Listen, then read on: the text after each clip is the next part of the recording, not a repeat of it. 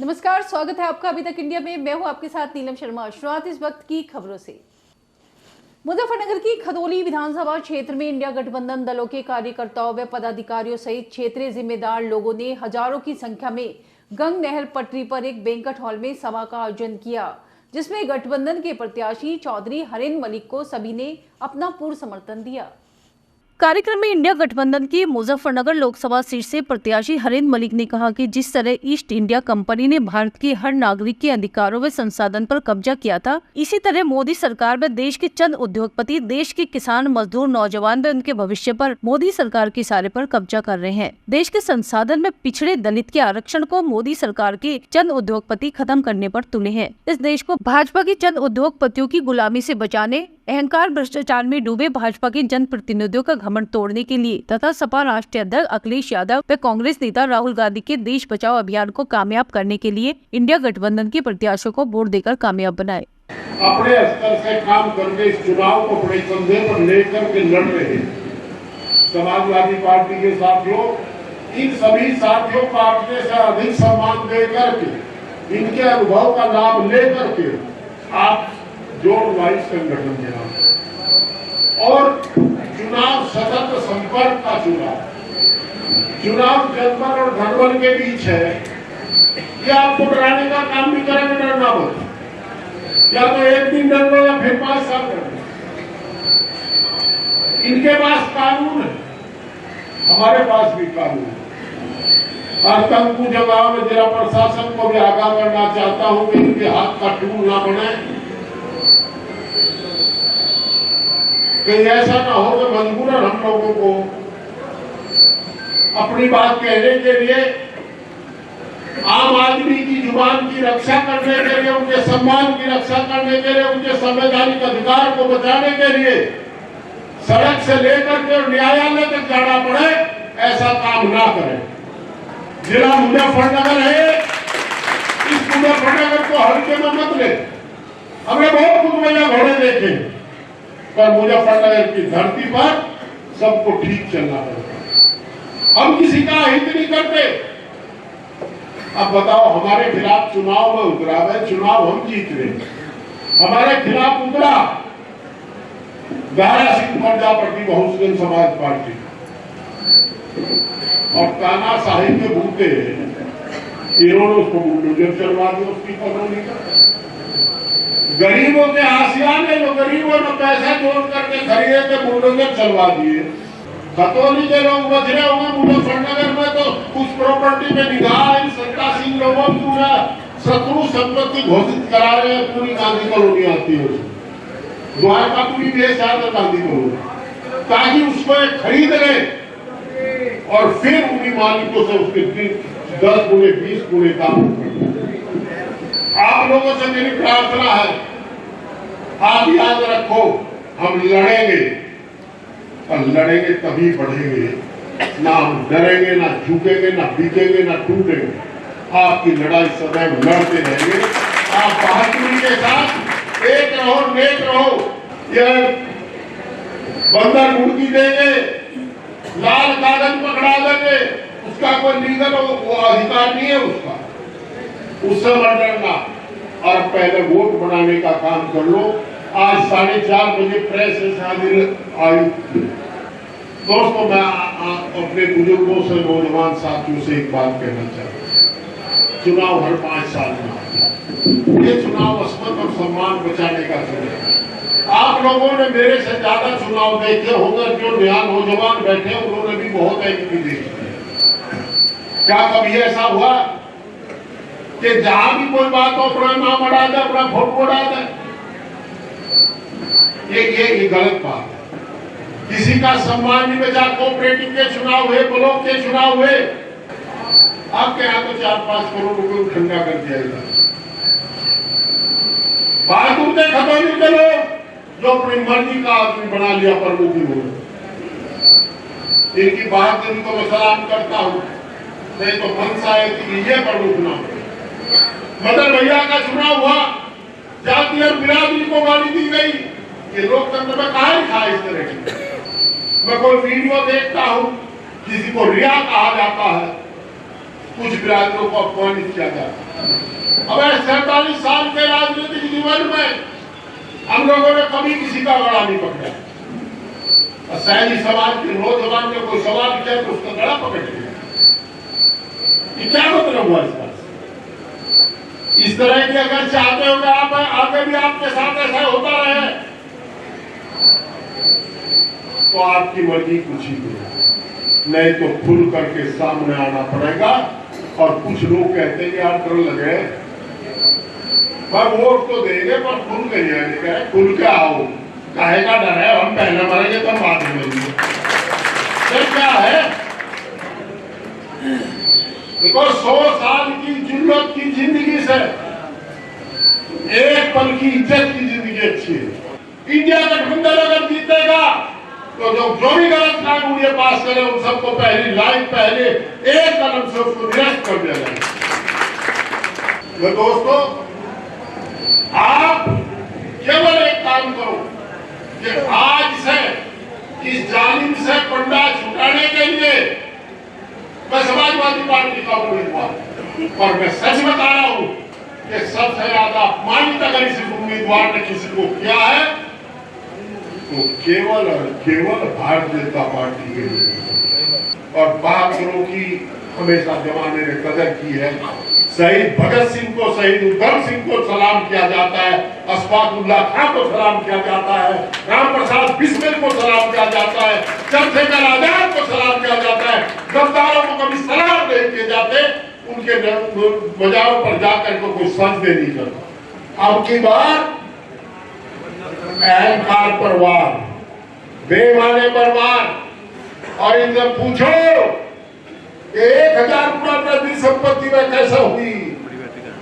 और यही से चलते वहां तक चलते सब प्रॉपर्टी देहरादून तक, नोएडा से देहरादून तक किस किस ने खरीदी है सबका पता है। ये काम करेंगे तो हम भी वार करेंगे। मेरी आपसे प्रार्थना हो डरना मजबूत रहो तो हमारे आदमी डरते ही हम खा डरो कहते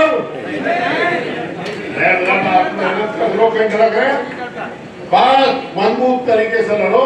अभी बैठ के बात करेंगे। किसी तरह की कोई कमी कोताही नहीं छोड़ी जाएगी चुनाव में।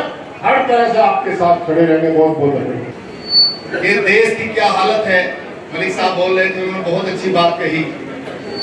झूठे और पाखंडी लोग झूठ बोल करके और बहका करके लोगों की वोट लेकर के तानाशाह सरकार ने, चाहे वो किसान हो, मजदूर हो, नौजवान हो, बेरोजगार हो, छोटा व्यापारी हो, सबको ठगने का काम किया है। आज हिंदुस्तान की स्थिति आर्थिक रूप से बहुत खराब है, ये आप सब लोग जानते हैं। लेकिन मीडिया के माध्यम से और इलेक्ट्रॉनिक मीडिया के माध्यम से, प्रिंट मीडिया के माध्यम से भारतीय जनता पार्टी की सरकार ने ऐसा दिखावा बना रखा है हिंदुस्तान के अंदर कि बस ऐसा प्रधानमंत्री इतना कर्मठ, इतना प्रभावशाली, पूरा विश्व जीत लिया, इस तरह की गणना ये लोग करते हैं। मैं आपसे कहना चाहता हूं ये दो विचारधाराओं की लड़ाई है, तोड़ने वालों की और जोड़ने वालों। जो सरकार इस देश में चल रही है उसने किस तरह से लोगों की भावनाओं से खेल करके, वो किसी जाति धर्म का व्यक्ति उसको जोर पड़ा, वो वास्तव में इस तरह की भावनाएं भड़का करके इस हिंदुस्तान को बांटने का काम किया जा रहा है। मेरा आप लोगों से आग्रह है, आप बहुत ही सम्मानित लोग यहाँ बैठे हैं और बहुत समझदार लोग हैं। ऐसे लोगों की सरकार को आपको हटाने के लिए लड़ना है। और मैं बता दूं, हमारे आदरणीय मलिक साहब, उनके बारे में आप सब लोग जानते होंगे, वो कितने कर्मठ है, बहुत लंबा उनका राजनीतिक अनुभव है और बहुत संघर्षशील है, बहुत जुझारू है, बहुत सुलझे हुए इंसान है। उनकी मदद करने का काम करें। वो कभी किसी भी समाज के, किसी भी धर्म के बारे में, इतना लंबा समय हमको हो गया, उन्होंने कभी आज तक कोई इस तरह की बात नहीं की। और जो आपके वर्तमान के सांसद है, 2 बार के मंत्री भी, जिनके सामने हरिंदर मलिक जी चुनाव लड़ रहे हैं, उनकी वाणी आपने सुनी होगी। किसी को अधिकार नहीं है, आम आदमी को भी अधिकार नहीं इस तरह की बात कहने का, और वो तो एक संवैधानिक पद पर है। क्या कोई किसी को कह सकता है, किसी जाति धर्म के व्यक्ति को इस तरह से वो बात करते हैं कि हम ही हम हैं और दूसरा कोई कुछ नहीं है? ये गलत है किसी को नीचा दिखाना। आदमी कभी भी किसी पद से पैसे से बड़ा नहीं होता, उसकी सोच बड़ी छोटी होती है। ये बहुत कुछ सोच का व्यक्ति इस तरह का काम कर सकता है। इन्होंने कहा था कि हम 100 दिन में काला धन वापस ले आएंगे। ये काला धन वापस आया क्या? आया ना?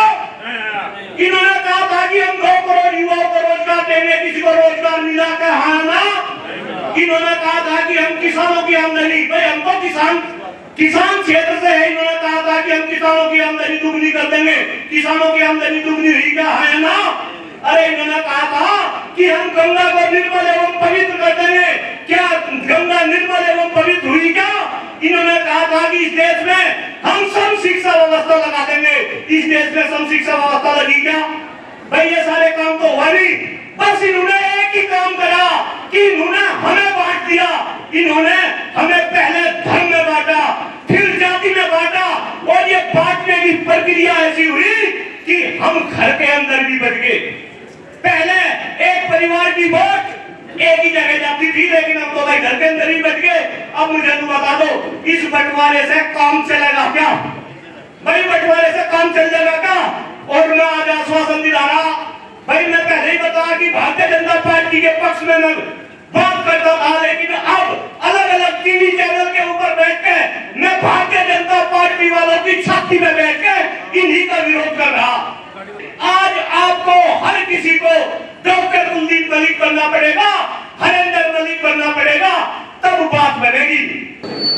हमारे बीच में ऐसे प्रत्याशी, गठबंधन के प्रत्याशी, इंडिया गठबंधन के प्रत्याशी हरिंदर मलिक जी हमारे बीच हैं। परिचय के मोहताज नहीं है, और मैं तो कहना चाहूंगा कि हमारे जिले में बहुत सांसद बने, राजनीति खत्म घर बैठ गए, बहुत विधायक बने, राजनीति खत्म घर बैठ गए। इतनी लंबी राजनीति शायद मैं समझता हूँ मलिक जी की एज भी जो है 70-75 के फेर में तो होगी लगभग। तो इतनी लंबी राजनीति चलना, आप समझ रहे होंगे कि कहीं ना कहीं इनकी मेहनत, ईमानदारी और संघर्ष। तो इनके बारे में साथियों ज्यादा कहने की जरूरत नहीं है, और वर्तमान में जो सरकार चल रही है उसके कार्यकाल से भी आप लोग सब परिचित हैं। तो मैं तो इतना कहना चाहूंगा कि आज चुनाव नजदीक है, सर पर है, हम सभी को अपने मतभेद भुला के बिल्कुल दिलो जान से, तन मन धन से क्षेत्र में निकलना है। और जब हम अपने मतभेद भुला के चौधरी हरिंदर मलिक जी के पक्ष में काम करेंगे, सबने यातनाएं व्रत कर और मिलकर इस देश को आजाद करा। मैं आपसे कहना चाहता हूँ, आज के जो हालात हैं, आज भी ये देश, जब हिंदू मुसलमान ने शहादत दी, तो आज भी देश इतना हिंदू का है, उतना ही मुसलमान का, किसी के बाप का ये देश नहीं है। इन्होंने हालात ये पैदा कर दिए कि जब देश में प्रजातंत्र बना, संविधान बना, तो उसकी पहली लाइन ये लिखी गई कि जनता की सरकार, जनता के लिए, जनता के द्वारा। आज देश की सरकार तो जनता के द्वारा तो सरकार है, लेकिन उन सरमाएदारों के लिए सरकार बन गई जो द्रौपदी द्रौपदी जिनके मित्र दोस्त थे, उनके लिए सरकार बनी। और देश का पूरा पैसा, देश के गरीबों का पैसा, देश के टैक्स देने वालों का पैसा सब शोषण करके उन लोगों को दिया जाए। ये घरों में बैठ के फैसले न कर ले, ये एक साथ खड़े होकर वोट डालते थे। इन्होंने हिंदू मुसलमान की खाई पैदा करी इन लोगों के बीच। इन्होंने अगले पिछड़ों को लड़ा है, सिवाय सांप्रदायिकता के, एक दूसरे को लड़ाने के और जनता का शोषण करने के इनका एक और दूसरा कोई काम नहीं है। ये गठबंधन यहाँ मुजफ्फरनगर में आदरणीय हरिंदर मलिक जी के नेतृत्व में भारी बहुमत से जीतेगा, और आप सब लोगों की जनसंख्या, और जब हर गिराने का आदमी यहाँ पे है तो जीत सुनिश्चित। दोस्तों हमारे बड़े बताया करते थे, अंग्रेज की मोटर कार आगे तो 4 हिंदुस्तानियों को खांचे में डाल दिया, कीचड़ में डाल दिया, उसके ऊपर गाड़ी निकलने चली। ये गुलाम की हैसियत थी हमारी। आप सबने मिलकर, हमारे बुजुर्गों ने मिलकर, अगर कहीं महात्मा गांधी जी ने इस देश को आजाद कराने में अपना पूरा जीवन व्यतीत कहा तो वहां मौलाना अब्दुल कलाम आजाद थे। आप देखिए किसान को 700 के करीब लोग मारे गए। कोई देख रहा है किसान की क्या है, छोटे व्यापारी की क्या है, सब लोग परेशान हैं। और दोस्तों यहाँ मेरे मुस्लिम भाई भी बैठे, समय ज्यादा नहीं दूंगा, बात तो एक ही है, नरेंद्र मोदी जी को जिता कर भेजना, अपने जनप्रतिनिधि को जिता कर भेजना, और जब अपने जनप्रतिनिधि सब जगह साथ जिता कर भेजेंगे तो निश्चित रूप से सरकार अपनी बारी बदल जाएगी। आपने मौका निकलने